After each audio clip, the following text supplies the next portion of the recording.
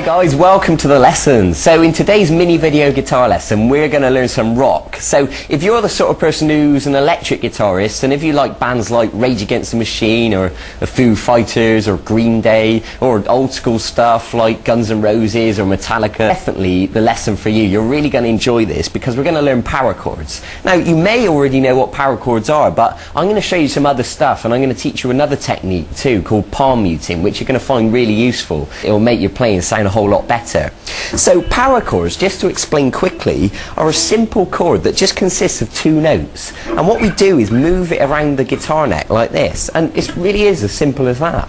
And the other thing I want to tell you is we're going to use a rock sound today. So what I mean by that is we're going to put the distortion on our amp. Now all amps are different. Some of them have buttons you can press, or some of you will have effects pedals, you know, so you can create a distortion like that. But we want to get this rock sound.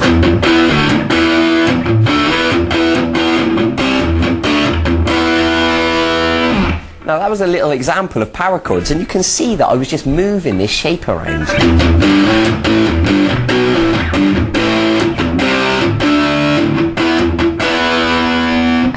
Alright, and you can create really cool stuff like that really easily. So let's get on with it. I want to explain it straight away. So if we take our first finger and put it on the 6th string at fret 7, the first finger is known as the root note or the bass note, and what happens is we always take another finger and put it 2 frets higher on the next string. So just to make that perfectly clear, this finger's on the 6th string at fret 7, this finger is on the 5th string at fret 9. So hold them down nice and tight, and with the plectrum I want you to pluck both those strings, the 6th and the 5th string. Now obviously I've got the distortion on my amp, so don't worry if you haven't got that distortion sound yet. You can worry about that another time. But what's most important at the moment is that you get these 2 notes. Okay, good. Now what I'm going to ask you to do is to try moving it down the neck. So what I mean by that is the first finger, the root note, is now on the 6th string at fret 5, and this other finger is now on the 5th string at fret 7. Okay, and now move it down 2 more frets. So we got the 6th string at fret 3 and the 5th string at fret 5. Okay, so just try those 3 chords now. Root note at fret 7, at fret 5, and then fret 3. And then try taking it down 1 more fret. So you're on the 6th string at fret 2 and the 5th string at fret 4. Now I think you get the idea by now that these notes are always 2 frets apart like this, and always 1 string apart obviously. So from now on you'll hear me mostly refer to just the root note, and I'll expect you to realise that this other finger goes, you know, on this note here. So just try that sequence once more.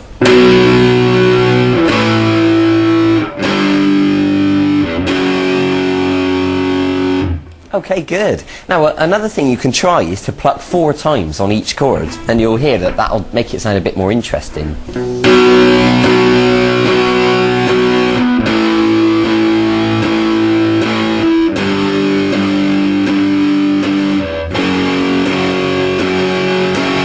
Or for those of you out there that are punk rockers, you can perhaps do 8 times on each chord and play it a little bit faster like this.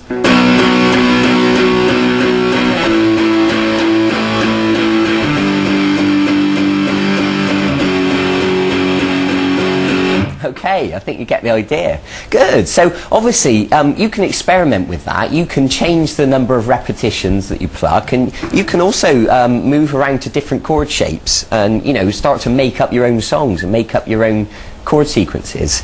Now this other technique that I want to teach you about today is known as palm muting, and we're going to look at our right hand, and it's a little bit similar to the chop. If you think back earlier in the E course where I taught you to strum down, up, chop, up, it's a very similar principle, and what I'm going to ask you to do is to use the palm of your hand to gently touch the strings just a little bit, and what you can do is pluck the power chord,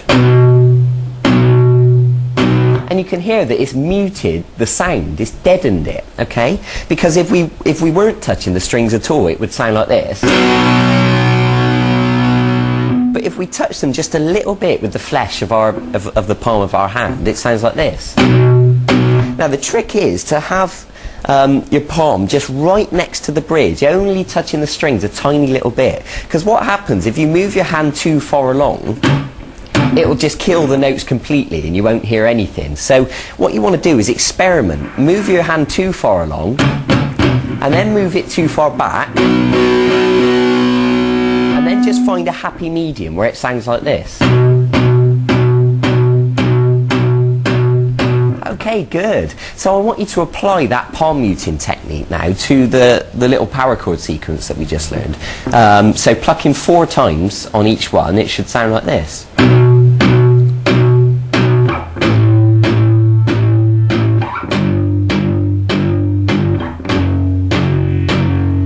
So if I speed that up to a full, you know, punk rock speed,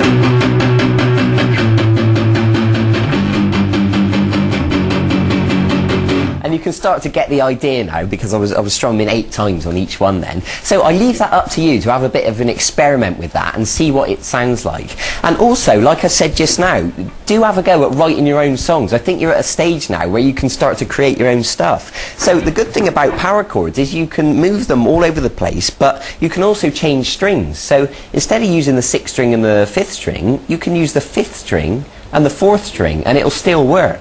Obviously, you've got to pluck the corresponding strings with your plectrum now. You know, pluck the 5th and 4th string.